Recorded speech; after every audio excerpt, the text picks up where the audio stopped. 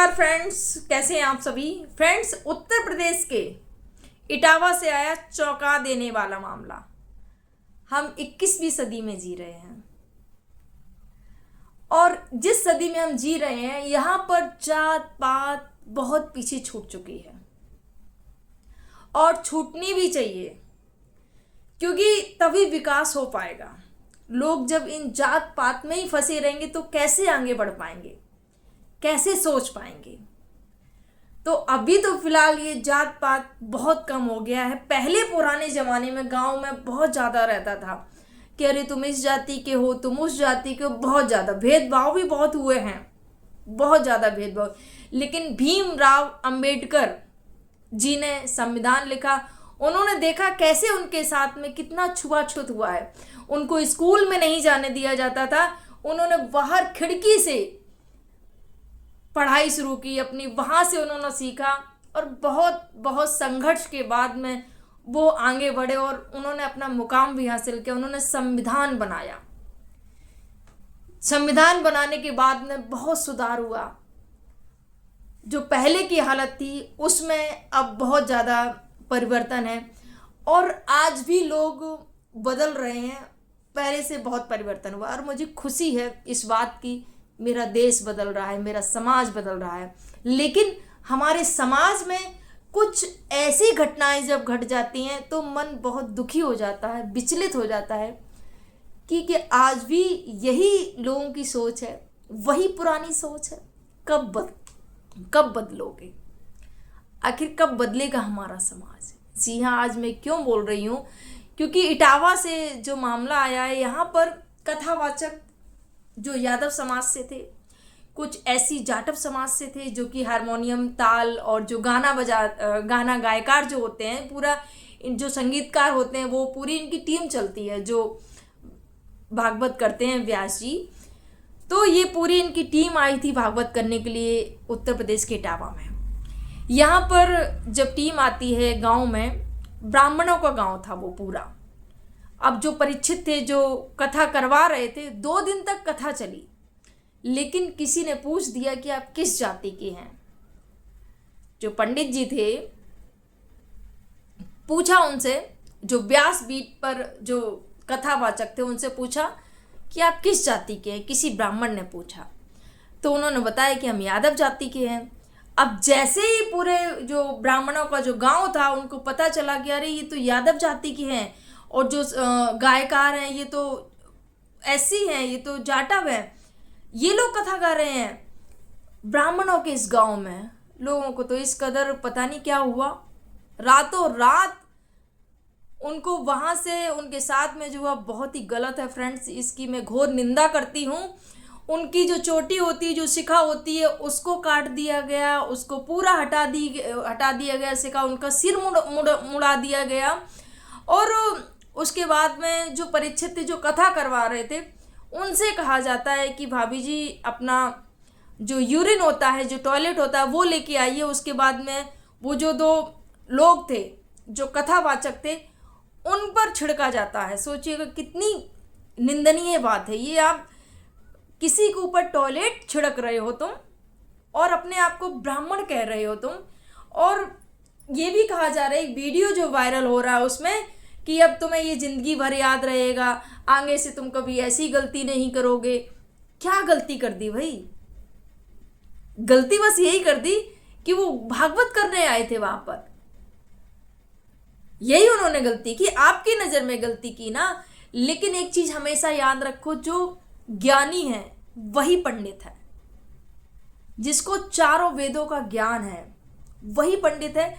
अब जो स्कूल है इसकी भी पढ़ाई होती है, जो शास्त्रीय जो विद्या होती है, जो शास्त्रीय लोग होते हैं जो कथा कहते हैं ना, ये भी अपनी एजुकेशन तैयार करते हैं। एजुकेशन पूरी होती है, इनकी भी पढ़ाई होती है जाके, तब जाके ये शास्त्र का अनुभव करते हैं, तब जाके कथा कहते हैं जाके।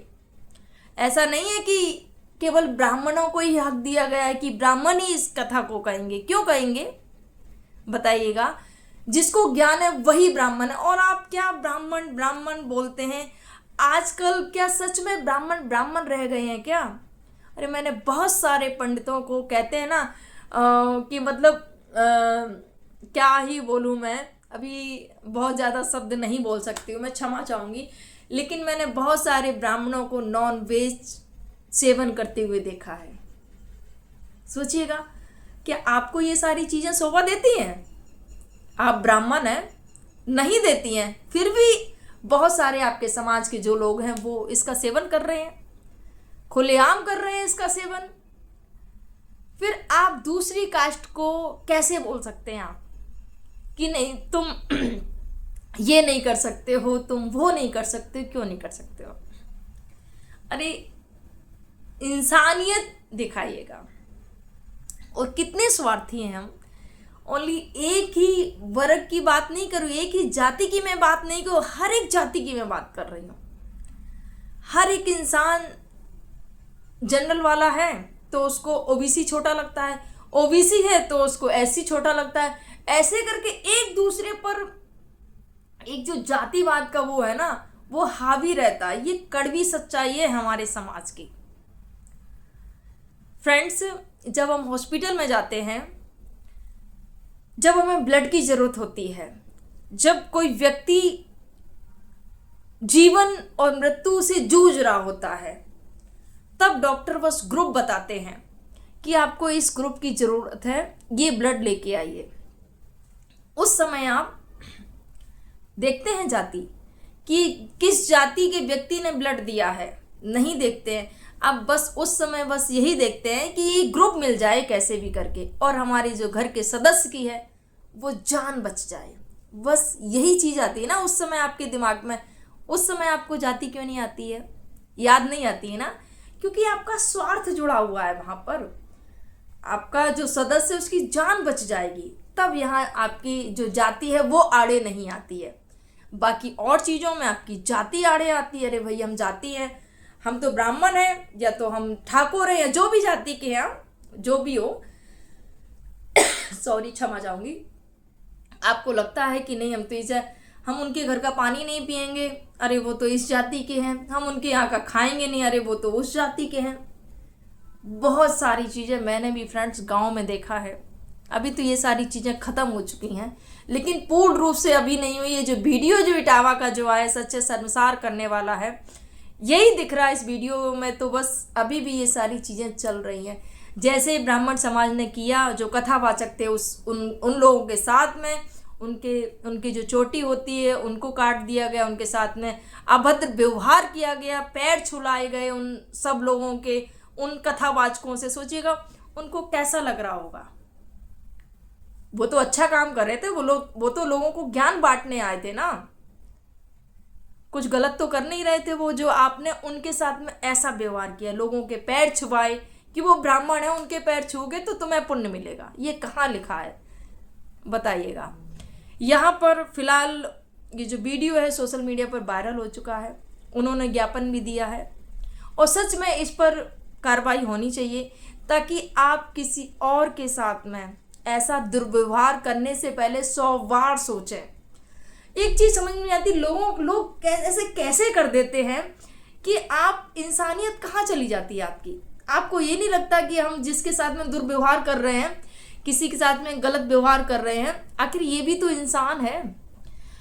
और जाति कितना किसी ने लिखा है, महापुरुष ने लिखा है कि जन्मत जाति मरते जाति। ठीक है, जब इंसान जन्मता है तब भी छूती होता है, ठीक है, और मरने के बाद में भी इंसान छूती होता है, ठीक है। फिर क्यों तुम उसके पीछे पड़े रहते हो, जाति के पीछे? और एक ही जगह से तो आते हैं सब, कोई ऐसा तो नहीं कि ब्राह्मण और कहीं से आता हो। माँ की गर्भ से ही सब पैदा होते हैं, ठीक है।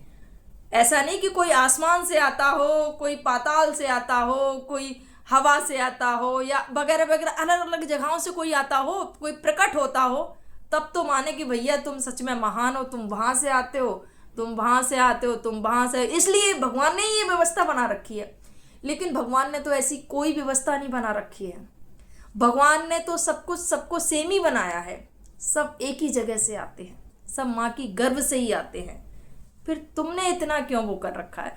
कभी कभी तो मेरे दिमाग में पता है क्यों आता है कि लोगों ने मानसिकता बना दी है कि नहीं, ब्राह्मण हैं, तो उससे अभी एक कथावाचक है उनसे बात हो रही थी, तो उन्होंने बताया कि लोग ना जाति देखते हैं कि अरे आप कथावाचिका हैं, आपकी जाति क्या है। उनको लगता है कि अगर ब्राह्मण है तो उनको दान देंगे तो ज़्यादा पुण्य मिलेगा। ऐसा बिल्कुल भी नहीं है कि आप ब्राह्मण को दान देंगे तभी आपका पुण्य में जाएगा। आप किसी को भी दान देंगे ना, आपका तो दान दान में ही जा रहा है ना। आप किसी गरीब को दान देंगे या किसी को भी देंगे, आपको वो दान लगने ही वाला है। ऐसा नहीं कि ब्राह्मण को आप दान देंगे तो दुगना उसका फल मिलेगा, ऐसा बिल्कुल भी नहीं है। कथावाचक है, फिर वो किसी भी जाति का हो। और मुझे तो क्षमा चाहूँगी, शायद किसी को बुरा लगे, आखिर इन लोगों को डर क्यों लग रहा है? क्यों? आपका ये जो काम है वो चौपट हो जाएगा, शायद इसीलिए आपको डर लग रहा होगा। नहीं तो क्या दिक्कत है? अगर दूसरा समाज कर रहा है तो उसमें इतनी चिंता वाली क्यों बात है? ये पहला विवाद वाला मामला नहीं है, बहुत सारे ऐसे मामले आए हैं जहाँ पर जो और महिलाएं या पुरुष हैं, दूसरे कास्ट के हैं, अगर वो कथा करने के लिए गए हैं तो उनका विरोध किया गया है कि क्यों तुम ब्राह्मण नहीं हो इसलिए तुम कथा नहीं कर सकते। और क्यों नहीं कथा कर सकते हो? संविधान ने हमें समान अधिकार दिया है, फिर आप कौन होते हैं? आप संविधान से अलग हैं क्या? संविधान के अनुसार ही चलेंगे, ठीक है फ्रेंड्स। फिलहाल बस यही कहूँगी, ये जो कृत हुआ है इटावा में बहुत ही निंदनीय है, इसकी मैं घोर निंदा करती हूँ। और अगर कुछ बुरा लगा हो किसी को उसके लिए क्षमा चाहूँगी, लेकिन सत्य तो है यही है कि आप जाति के नाम पर लोगों को कब तक ऐसे गुमराह करते रहोगे? एक तरफ कहोगे कि सब भाई भाई हैं, सब एक हैं, सब हिंदू हैं, सब सनातनी हैं, फिर ये कहाँ से चीज़ें आ रही निकल के? अभी भी ये चीज़ें निकल के आ रही, आखिर कब बंद होंगी ये सब? बहुत सारे लोगों को शायद मेरी बात का बुरा भी लगे कि मैं किसी एक समाज को नहीं बोल रही, मैं सारे लोगों की बात कर रही हूँ।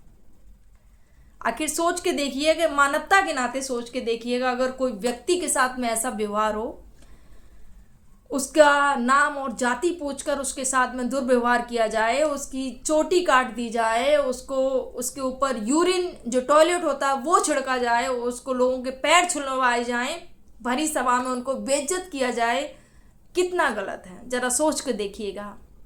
ऐसा व्यवहार किसी के साथ ना करें जो कि कभी आपके साथ में हो तो आप उसको सहन ना कर पाएं। सोचिएगा, जरा एक बार सोचो, अगर कोई आपके साथ में ऐसा व्यवहार करेगा तो आपको कैसा लगेगा?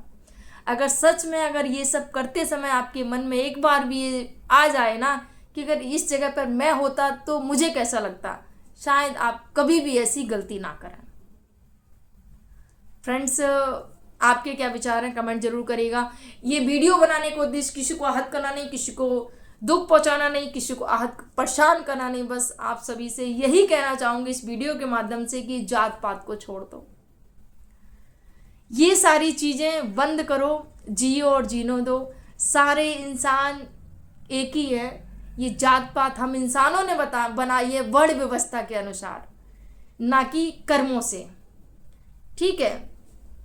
और कर्मों से ही इंसान की पहचान होती है। फिर वो उसने किसी भी जाति में जन्म लिया हो, अगर उसने वेदों का ज्ञान कर लिया है तो वो ब्राह्मण की श्रेणी में ही आएगा, भले वो किसी जाति का हो। इसलिए कर्मों को ऊंचा बनाइएगा, कर्मों को उच्च बनाइएगा, जिससे आपकी पहचान होती है। आप कितने सारे आपने लोगों को देखा होगा, जाति तो बहुत ऊंची है पर उनके जो कर्म कांड हैं वो बिल्कुल बेकार हैं। तो उसमें आप क्या कहेंगे? कमेंट जरूर करिएगा। राधे राधे, जय हिंद, जय भारत।